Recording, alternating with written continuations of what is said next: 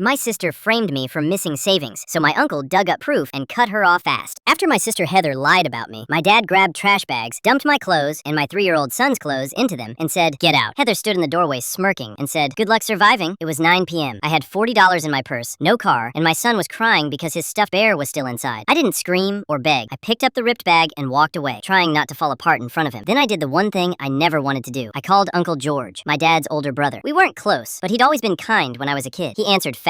I said, "I need help," and I told him what happened. He didn't hesitate. "Come here," he said. "Bring the little guy." I took the next bus across town and showed up near midnight, shaking. George opened the door, saw my face, lifted my son into his arms, and said, "You're safe now." In the morning, he made pancakes and acted like we belonged there. My son spilled syrup, and George just wiped it up and kept talking to him like it was nothing. Then George sat with me at the table and said, "Tell me everything." I told him I'd been living with my parents for 2 months after I lost my job. I was doing interviews and trying to keep my kid's life steady. Heather hated it. If Mom helped me with anything, Heather made comments like I was taking advantage. The real fight started over an emergency envelope with $12,000 in cash. I'd saved it for rent and daycare. One day, it was gone. I searched my room, the laundry, the trash, everything. Then Heather walked in holding the envelope and said she found it in my dresser while looking for her hairbrush. The money was there, but the whole thing felt off. That night, Dad came in furious, yelling that I was hiding money and lying about being broke. He wouldn't listen when I tried to explain. He just started throwing my stuff into bags and told me to leave. George listened the whole time without interrupting. When I finished, he leaned back and said, "I've been waiting for this." Then he called someone right in front of me. I caught pieces. "Freeze their access. Stop the distributions. Start an audit today." When he hung up, he looked at me and said, "I own 60% of the family business. Your dad and Heather only get monthly payouts. I can shut that down." The next 2 days were tense and quiet. George was on the phone non-stop, and every time I asked what was happening, he said, "Soon." On day 3, he came home early and said, "Get dressed. We're going to your parents' house." When we pulled up, Heather's SUV was in the driveway and the front door was cracked open. George told me to stay in the car with my son. I could hear yelling through the walls. Heather sounded frantic. My mom was sobbing. My dad was shouting. 10 minutes later, George came back out, calm, and got in the driver's seat. "The audit hit," he said. "Heather pulled the same amount from the business account the day before your cash went missing." He said she used company money to cover a personal debt. Then she planted the envelope in my drawer so she could find it and blame me. "They're cut off," George said. "No more access, no more money." After that, everything started breaking for them fast. Contractors stopped showing up. Their half-finished kitchen sat torn apart. Their cards got locked. Then my phone started buzzing with calls from Heather and a text from my mom. "Please, can we talk?" George told me not to answer. 2 days later, Heather showed up at George's door. No makeup, messy hair, eyes red like she hadn't slept. She tried to talk over herself, saying my dad was blaming her and everything was falling apart. George didn't react. He just said, "Tell the truth." Heather's shoulders dropped. "Fine," she said. "I took it. I put the envelope in her drawer." She looked at me and said she wanted me gone because she was tired of hearing Mom praise me, and she thought if I looked like a liar, Dad would kick me out. George walked to his desk, pulled out a printed photo, and slid it across the table. It was security footage of Heather opening my drawer and shoving the envelope inside. Heather went pale. She stared at it, then at me, like she expected me to save her. I didn't. I said, "Go tell Dad what you did, and stay away from my son." George opened the door and said, "Out." Heather stood there for a long second, then turned and walked down the steps.